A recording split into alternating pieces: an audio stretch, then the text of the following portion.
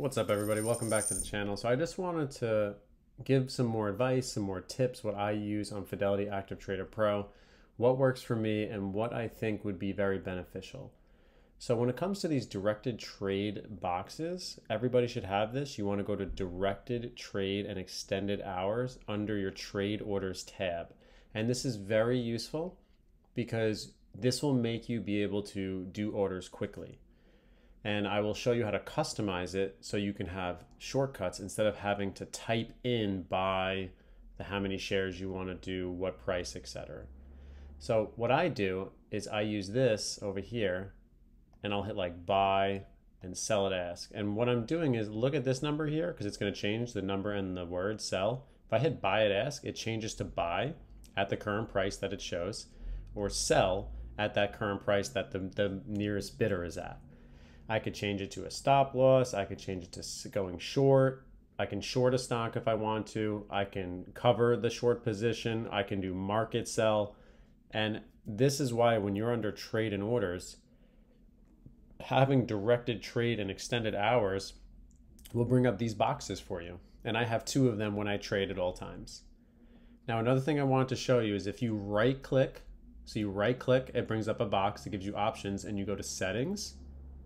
Under settings, you can customize how you want it to look. So if you want to change the color, see how it's green, yellow, blue, and red? Right here, green, yellow, blue, and red. You can customize it under quote book colors and go to industry, and that'll change the actual color. If you change it to blues, now it'll come up blue under this. So if I hit apply, everything's blue now, which I don't like to do. And the reason I don't like to do that is because if you have multiple buyers at 1221, you can't really tell because it's a lighter shade of blue. But I'm gonna go back to the settings, right click, go to settings, click under quote books and colors. You can go to industry, and then now watch the difference here. Everything is lined up where if there's multiple buyers at $12.21, I can see it. I can see the shares that they're buying at. So somebody's buying 3,700 shares at 12.21, another 100, 500, 500. And this is where the actual transactions are going through and people are actually paying and the transaction goes through. So I think that's important to know. I also want to get into a little more specific how to make the hotkeys because you need these hotkeys for Fidelity Active Trader Pro. It makes you a better trader because you can be faster and you don't have to take time. So if an opportunity comes, you can automatically quickly get in and out. So under directed trade, there's general order types, stock shortcuts, and option shortcuts. So stock shortcuts, and then this is what I have custom right now, and you can change them. But if you look at my box over here where it says buy at ask, I labeled it. It's buy at ask. You can do buy at ask, buy at bid, sell at ask, or you can make a custom. This one, I just did buy at ask. And then that means it's going to purchase at the nearest ask. Whoever is the lowest seller at the time is what it's going to switch to.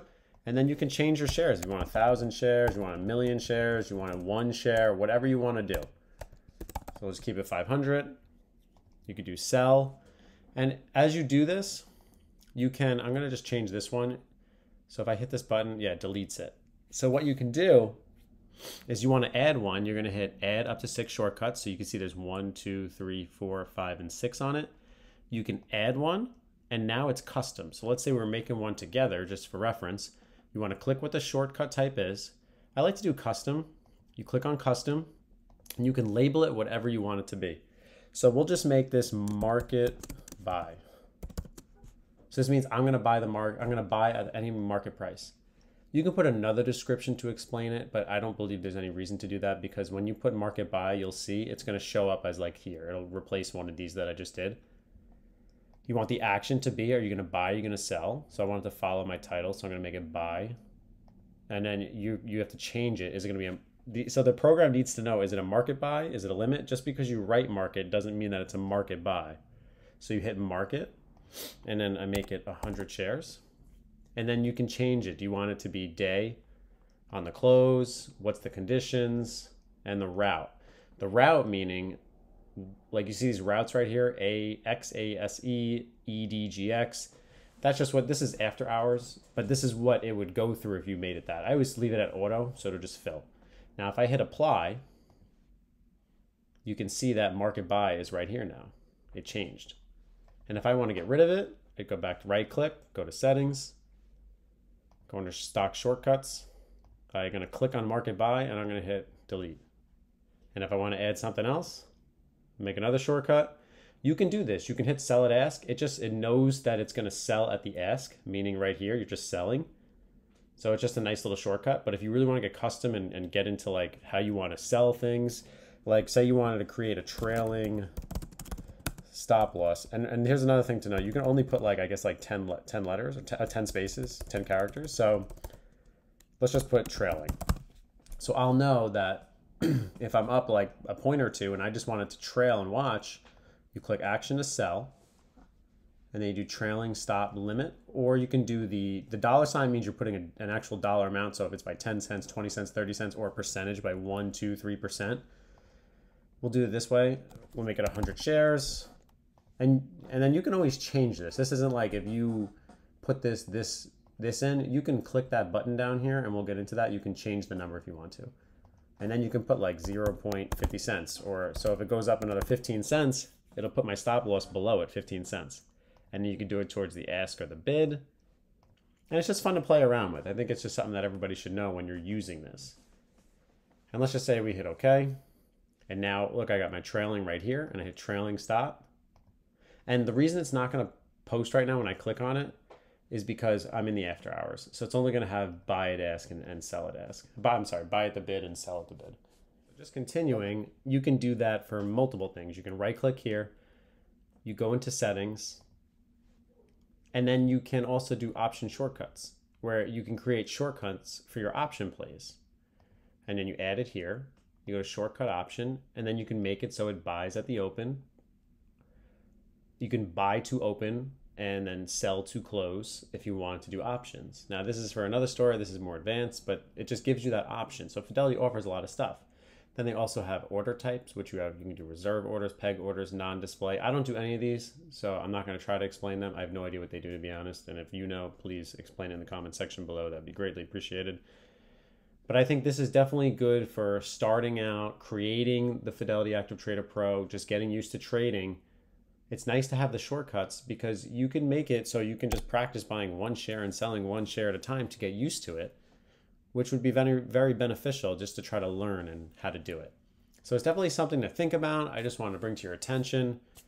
Whenever I trade, I go up to trade and orders. I click on it, and then I have the option to create these boxes here, 1 and 2, with the directed trading options. And I definitely think that is very beneficial, and it is definitely something that you want to do. And next we have conditional trade, which is actually pretty beneficial. So when you go under your trade and orders and then you click conditional trade, this box will pop up and you can click right above here. There's 4 options. You can do one cancels the other, one triggers the other, and one triggers and one cancels the other. Let's just say you did a purchase and you wanted to set a buy and a sell order for the day so you didn't have to watch it. You could do the one cancels the other. So that means if whichever one triggers first, will cancel that order. So I click one cancels the order. And now you have, if order A executes, it cancels order B. And if this order B executes, it cancels order A.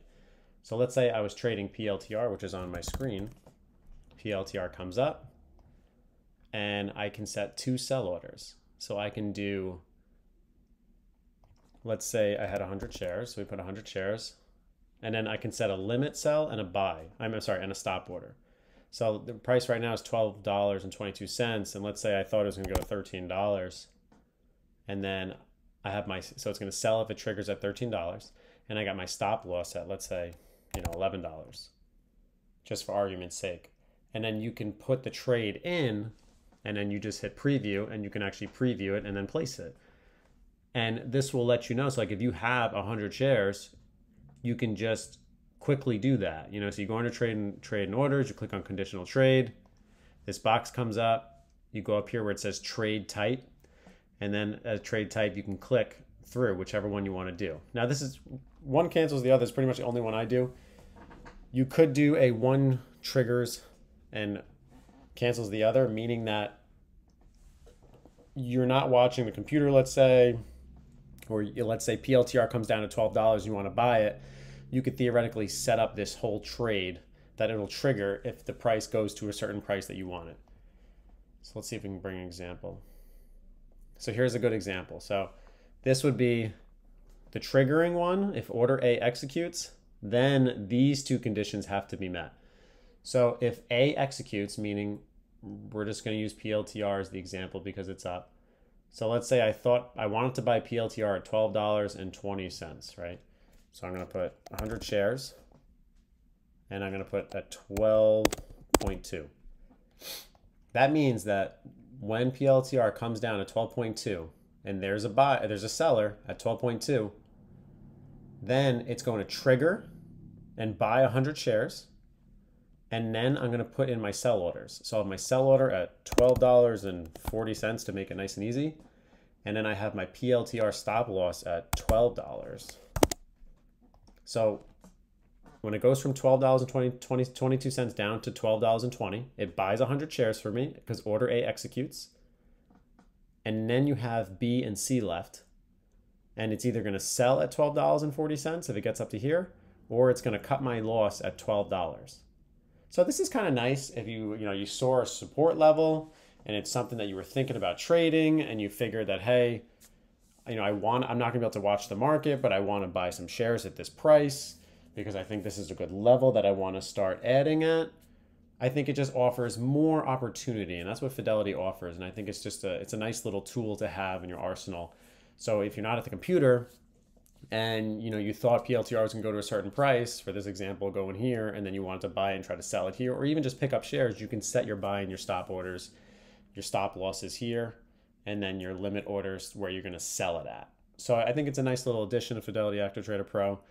I like that they have the shortcuts. You can use these buy at the ask, sell at the bids. You can create, this is what I use. I buy at the ask, I sell at the bid, I have a stop loss. If I want to short something, if I want to cover it, I don't really use trailing stop losses. I'll just buy and sell. But I have used this before.